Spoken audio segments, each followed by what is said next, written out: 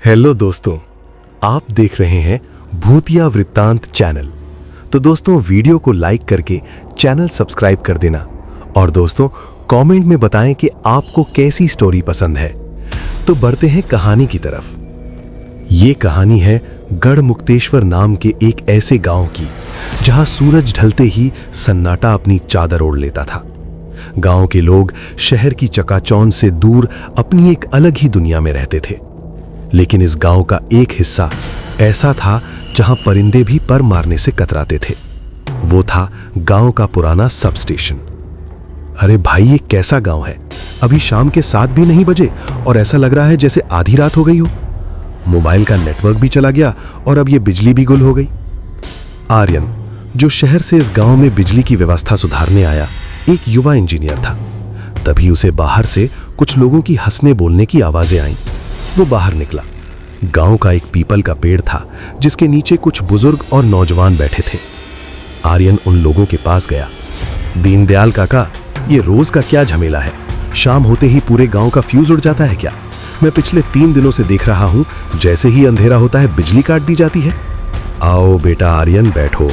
शहर के लोग घड़ी देखकर चलते हैं, पर यह गांव डर की आहट सुनकर चलता है। यहां बिजली हम नहीं काटते, यहां की बिजली अपने आप बुझ जाती है। और यकीन मानो, इस अंधेरे में ही सबकी भलाई है। हाँ साहब, बिजली आएगी तो वो सब दिखने लगेगा जिसे कोई देखना नहीं चाहता। क्या काका, आप भी इन अंधविश्वासों में पड़े हैं? मैं कल सुबह ही उस पुराने पावर हाउस जाऊंगा और देखूंगा कि आखिर गड़बड़ कहां है। हो सकता है कोई तार ढीला हो या ट्रांसफार्मर पुराना हो गया हो। आर्यन की बात सुनते ही वहां बैठे सभी लोगों के चेहरे का रंग उड़ गया। हंसी मजाक अचानक एक डरावनी खामोशी में बदल गया। दीनदयाल काका ने बड़ी गंभीर नजरों से आर्यन को देखने लगे। बेटा, तुम यहां नए हो, इसलिए तुम्हारी बातों का बुरा नहीं मानेंगे, पर एक बात गांठ बांध लो, उस पुराने पावर हाउस की तरफ जाने वाला रास्ता मौत का दरवाजा है। वो रास्ता उस कुएं के पास से होकर गुजरता है जहां सालों पहले एक हादसा हुआ था। वो जगह अब इंसानों की नहीं रही। वहां हवा भी रुक जाती है और परछाइयां अपने आप चलने लगती हैं। काका, मैं यहां काम करने आया हूं, डरने नहीं। कल सुबह मैं वहां जाऊंगा और आप देखेंगे कि शाम को पूरा गांव रोशनी से जगमगाएगा। आर्यन वहां से पैर पटकता हुआ अपने क्वार्टर की तरफ चल दिया। उसे लग रहा था कि गांव वाले आलसी हैं और काम ना करने के बहाने बना रहे हैं। उसने अपने कमरे में जाकर दरवाजा बंद किया। बाहर हवा तेज होने लगी थी। खिड़की के पुराने शीशे खड़खड़ा रहे थे। आर्यन ने सोने की कोशिश की, पर उसे बार बार ऐसा लग रहा था जैसे कोई उसके कमरे के बाहर नंगे पैर चल रहा हो, जैसे कोई गीले पैरों से बरामदे में टहल रहा हो। आर्यन उठा। उसने दरवाजा खोला और बाहर झांका। वहां कोई नहीं था, सिवाय दूर जलती हुई एक अकेली मशाल के, जो गांव के आखिरी छोर पर धीरे धीरे हिल रही थी। उसे लगा शायद कोई ग्रामीण होगा। वो वापस आकर लेट गया, पर जैसे ही उसकी आंख लगी, उसे एक बहुत ही ठंडी फुसफुसाहट सुनाई दी। साहब, क्या आप मेरी मदद करेंगे? मेरी मां बहुत बीमार है। आर्यन हड़बड़ा कर उठा। पूरा कमरा खाली था। दिल की धड़कन तेज हो चुकी थी। उसने सोचा शायद ये उसका वहम है, पर तभी उसके दरवाजे पर 3 धीमी दस्तकें हुई। आर्यन बिस्तर पर बैठा हुआ था, तभी दरवाजे पर फिर से वही 3 दस्तकें हुई। इस बार आवाज पहले से ज्यादा साफ और नजदीक थी। आर्यन ने कांपते हाथों से कुंडी खोली। सामने एक युवक खड़ा था। उसका चेहरा इतना सफेद था मानो उसमें खून की एक बूंद भी ना बची हो। कौन हो तुम? इतनी रात को यहां क्या कर रहे हो? तुम्हें पता नहीं कि यह सरकारी क्वार्टर है? साहब, माफ करना, मेरा नाम रुद्र है। मैं पास के ही खेत वाले घर से आया हूं। मेरी माँ की तबीयत बहुत खराब है। उन्हें तेज बुखार है और सांस लेने में तकलीफ हो रही है। इस बारिश में कोई मेरी मदद नहीं कर रहा। सबने अपने दरवाजे बंद कर लिए हैं। साहब, मैंने सुना है आप शहर से आए हैं। आपके पास दवाइयां होंगी। कृपया मेरे साथ चलिए। आर्यन को एक पल के लिए अजीब लगा, पर एक बेबस बेटे की पुकार सुनकर उसका दिल पसीज गया। उसे दीनदयाल काका की बातें याद आईं, पर उसने सोचा कि शायद कोई वाकई मुसीबत में है। देखो रुद्र, मैं डॉक्टर नहीं हूं। मैं तो यहाँ बिजली का काम देखने आया हूँ, पर हाँ, मेरे पास प्राथमिक उपचार की किट है। तुम डरो मत, मैं लेकर आता हूँ। क्या तुम्हारा घर बहुत दूर है? नहीं साहब, बस उस पुरानी पगडंडी के पार, जहाँ वो पुराना कुआं है। हम पगडंडी से जाएंगे तो जल्दी पहुंच जाएंगे। आर्यन अंदर जाकर कुछ दवाएं अपनी जेब में डाल दी और रुद्र के पीछे पीछे चल दिया। जैसे ही वे क्वार्टर से बाहर निकले, सन्नाटा और गहरा हो गया। गांव की गलियां सुनसान थीं। रुद्र आगे आगे चल रहा था और अजीब बात यह थी, रुद्र के चलने की कोई आवाज नहीं आ रही थी।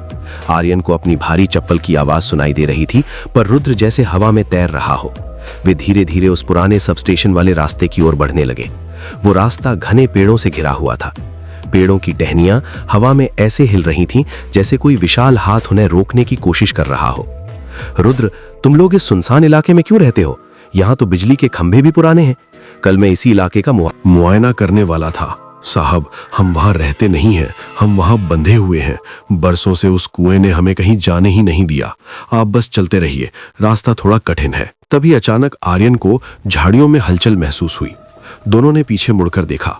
दूर अंधेरे में उसे दो चमकती हुई आंखें दिखाई दी। उसे लगा कोई जानवर होगा, पर तभी उसे इंसानी फुसफुसाहट सुनाई दी। एक और शिकार, आज फिर कोई इस रास्ते पर आया है। रुद्र, ये आवाजें कहां से आ रही हैं? आवाजों पर ध्यान मत दीजिए साहब, वो तो बस भटके हुए लोग हैं। हम पहुंच गए हैं। देखिए, वो रहा मेरा घर। आर्यन ने सामने देखा। एक पुराना घर दिखाई दे रहा था। घर के बाहर एक पुराना बिजली का खंभा टेढ़ा होकर गिरा हुआ था। आर्यन जैसे ही उस घर के आंगन में पहुंचा, उसे एक बहुत तेज सड़न की बदबू आई। ऐसी बदबू जैसे कोई चीज महीनों से वहां मरकर सड़ रही हो। साहब, अंदर चलिए, माँ अंदर इंतजार कर रही हैं। और याद रखिएगा, अंदर जो भी देखें घबराइए मत, वो बस हमारी मजबूरी है। आर्यन का मन कह रहा था कि यहाँ से भाग जाए, पर उसके पैर जैसे जमीन से चिपक गए थे। अंदर का नजारा देखकर आर्यन के हाथ पैर कांप गए। कमरे के कोने में जहां मकड़ी के जालों और धूल की एक मोटी परत जमा थी, कमरे के अंदर की हवा इतनी भारी और बदबूदार थी कि आर्यन को सांस लेने में भी तकलीफ हो रही थी। वो सड़न की महक अब असहनीय हो चुकी थी। एक पुरानी लकड़ी की खाट बिछी हुई थी, जिस पर एक सफेद चादर से ढकी हुई आकृति लेटी थी। रुद्र, रुद्र, कहाँ हो तुम? यहाँ इतनी बदबू क्यों है? और ये तुम्हारी माँ, क्या ये सो रही हैं? कमरे में कोई जवाब नहीं आया। रुद्र, जो अभी तक आर्यन के ठीक बगल में खड़ा था, अब गायब हो चुका था। तभी घाट पर लेटी हुई उस आकृति में हलचल हुई। चादर धीरे धीरे नीचे खिसकी और एक अत्यंत बूढ़ी औरत का चेहरा सामने आया। उसका चेहरा झुर्रियों से भरा हुआ था, आंखें धसी हुई थीं और रंगत बिल्कुल राख जैसी थी। उसने अपनी सूखी और पीली आंखें खोली और सीधे आर्यन की ओर देखा। आ गए बेटा। रुद्र कह रहा था कि शहर से कोई नया साहब आया है जो गांव का अंधेरा दूर करेगा। क्या तुम मेरा अंधेरा भी दूर कर दोगे? आर्यन के गले से आवाज नहीं निकल रही थी। उसके नाखून काले और लंबे थे और उसकी खाल हड्डियों से ऐसे चिपकी थी जैसे वो कोई कंकाल हो। जी माँ जी, रुद्र ने कहा कि आपकी तबीयत खराब है, उसे बुलाइए, मैं दवाइयाँ लाया हूँ। दवाई? अब दवाइयों का वक्त गुजर चुका है बेटा, अब तो सिर्फ हिसाब का वक्त है। देखो देखो, बाहर उस खंभे को, वो खंभा आज भी प्यासा है। बाहर वही टूटा हुआ खंभा जो रुद्र के घर के बाहर गिरा था, अब अजीब तरह से चमक रहा था। अचानक कमरे की दीवार पर रुद्र की परछाई दिखाई दी, पर रुद्र वहां खुद मौजूद नहीं था। साहब, आप सोच रहे होंगे कि मैं आपको यहाँ क्यों लाया। ये कोई घर नहीं है, ये एक जेल है। 2 साल पहले जब ये खंभा गिरा था, तब गांव के लोग तमाशा देख रहे थे। किसी ने बिजली काटने की कोशिश नहीं की। मैं यहाँ तड़पता रहा। मेरी माँ मुझे बचाने आई और वो भी इसी नीली बिजली की चपेट में आ गई। आर्यन ने देखा कि बूढ़ी औरत घाट से उठकर बैठ गई थी। तो तुम लोग मर चुके हो? रुद्र, मुझे जाने दो, मेरा इसमें क्या कसूर है? मैं तो बस तुम्हारी मदद करने आया था। कसूर आपका नहीं है साहब, कसूर उस सिस्टम का है जिसने हमें भुला दिया। पर आज रात वो खंभा फिर से जिंदा होगा।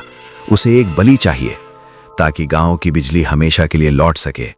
मेरी माँ को मुक्ति तभी मिलेगी जब कोई इस खंभे को अपने हाथों से छुएगा और सारा करंट अपने अंदर सोख लेगा। आर्यन समझ गया कि रुद्र उसे बचाने नहीं बल्कि एक रूहानी सौदे के लिए यहाँ लाया है। वो बूढ़ी औरत अब आर्यन के बिल्कुल करीब आ चुकी थी।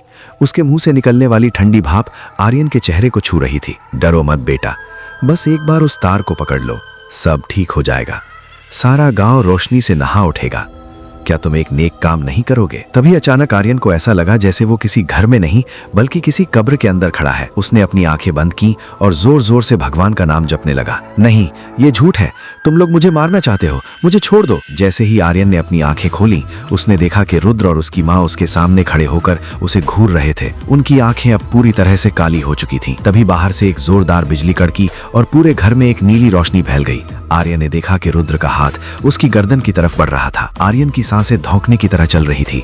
वो कमरे के कोने में दुबक गया था। रुद्र का हाथ, जो किसी ठंडी बर्फ की सिल्ली जैसा था, आर्यन की गर्दन की तरफ बढ़ रहा था। कमरे की हवा इतनी ठंडी हो चुकी थी कि आर्यन के मुंह से निकलने वाली भाप उसे साफ दिखाई दे रही थी। वो बूढ़ी औरत घाट पर बैठी बैठी अब किसी बेसुरी आवाज में रोने लगी थी। पर वो रोना दुख का नहीं, बल्कि एक भूख का था। रुद्र, रुक जाओ। तुमने कहा था कि तुम अपनी मां के लिए मदद चाहते हो। क्या किसी बेगुनाह की जान लेना ही तुम्हारी मदद है? अगर तुम मुझे मार दोगे तो तुम में और उन गांव वालों में क्या फर्क रह जाएगा जिन्होंने तुम्हारी मदद नहीं की थी?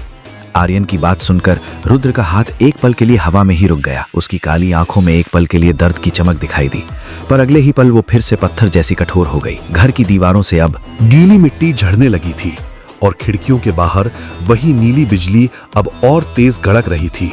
साहब, ये कोई बेगुनाह नहीं है। खामोश रहना भी एक जुर्म है। जब मेरा दम घुट रहा था तब सब अपने घरों में दिए जलाकर बैठे थे। आज तुम्हें उस बिजली को महसूस करना होगा जिसने हमारे सपनों को जलाकर राख कर दिया। अचानक घर का दरवाजा, जो अभी तक पत्थर की तरह जमा हुआ था, खुद ब खुद जोरदार आवाज के साथ खुल गया। बाहर के तूफान ने घर के अंदर की धूल को एक चक्रवात की तरह घुमा दिया।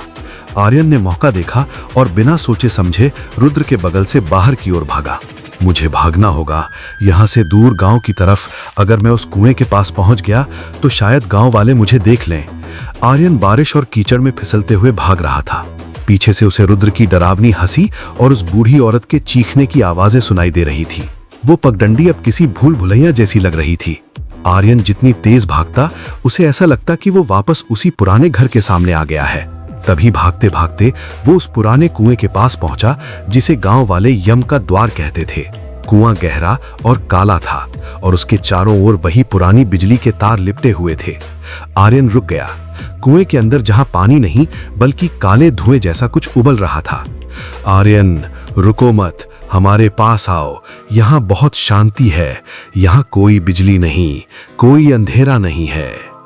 कहानी खत्म हो गई और इस वीडियो को लाइक और चैनल सब्सक्राइब जरूर कर दें और कमेंट में बताएं कि अगली वीडियो कौन सी लेकर आएं। धन्यवाद हमारी प्यारी YouTube फैमिली।